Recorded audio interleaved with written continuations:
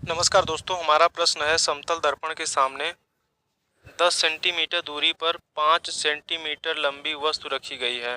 दर्पण द्वारा बने वस्तु के प्रतिबिंब की लंबाई ज्ञात कीजिए। अब दोस्तों यहाँ पे हमें दर्पण कितनी बड़ी प्रतिबिंब बनाएगा उसकी लंबाई हमें निकालनी है। आइए दोस्तों हम देखते हैं इसको। अब देखिए दोस्तों, ये हमारा समतल दर्पण है। समतल दर्पण के सामने हमने 10 सेंटीमीटर दूरी पर हमने क्या किया, 5 सेंटीमीटर लंबी वस्तु रख दिया। तो दोस्तों हमने एक इससे प्रकाश की किरण गुजारी हमने, और जो दर्पण के अभिलंब से थीटा कोण बना के जा रही है।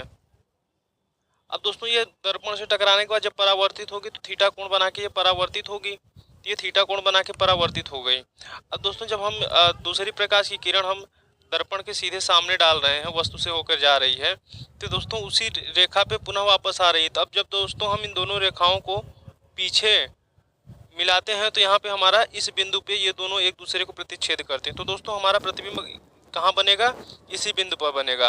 अब दोस्तों हमारा जो वो होता है आवर्धन होता है, आवर्धन का सूत्र होता है इसके लिए 1 होता है। तो वो होता है हमारा m बराबर 1 होता है। समतल दर्पण के लिए आवर्धन हमेशा 1 होता है। और जो हमारा आवर्धन का सूत्र होता है वो क्या होता है दोस्तों, m बराबर होता है HI बटे HO, यानी प्रतिबिंब की लंबाई बटे वस्तु की लंबाई बराबर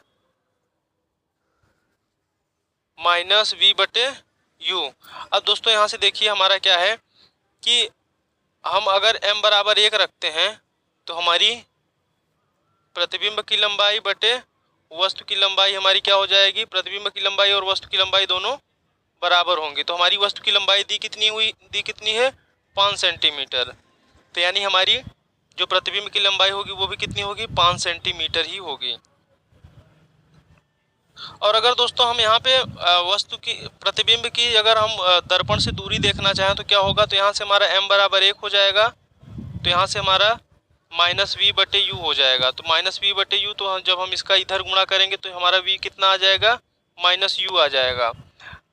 और हमारा u दिया कितना है यहाँ पे दोस्तों, तो हमारा u दिया है -10 सेंटीमीटर, तो ये हो जाएगा -10 सेंटीमीटर।